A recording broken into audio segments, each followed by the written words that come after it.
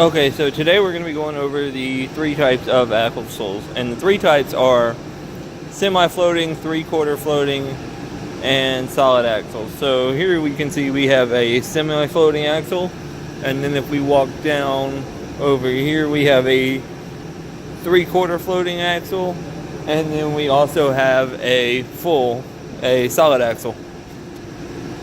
Now, in most of your smaller cars and most front-wheel drive cars and things like that, you're going to have a transaxle, or you're going to have, on the case you have all-wheel drive, or you have a rear-wheel drive car, you're going to have one of these, which is called a semi-floating axle. And with these are lightweight. They're not really rated for much performance with these. You know, it's pretty simple. You take it apart, you would take all these bolts off to take the case out, and once this is open, you have your ring gear and your pinion gear inside of there. And once you have one of these open, we'll walk down by the full floating axle down here, and it's basically the same concept. These are a little bit bigger with full floating because you have your brakes and everything's built onto the axle assembly, but the same concept with these.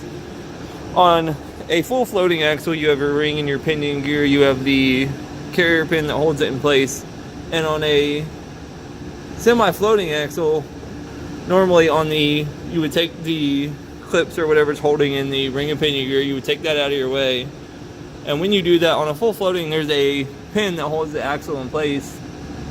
On a semi-floating axle, you have usually just like a C-clip or something small, and you'll pull that clip out, and then you just you may not even have to, but if you have to, just give the axle a little bit of tap on the end of it, on the back side of the flat part with the hammer, and it'll come right out.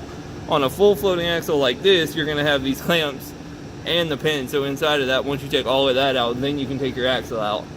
Basically, I mean, a full floating axle, this is used for use in heavy duty, as like a truck or a truck heavy duty, definitely like used with a four-wheel drive, F-250, one of those type vehicles. And then the semi-floating axle would be more, the three-quarter axle is used in a lightweight truck like a F-150, or maybe even one of the bigger Jeeps like a Wrangler or Rubicon would have that. And I mean, each one's pretty much the same design. They're just a little bit more complex depending on what they're built for. But inside of here, when you have the gears, it's the same concept. Just as you get bigger with the full floating, the gears get bigger. So like I said, when you're doing that, you know, you want to make sure as you're doing it, you want to measure run out, you want to mark it to make sure you put it back in the right place so that all your ratios stay the same.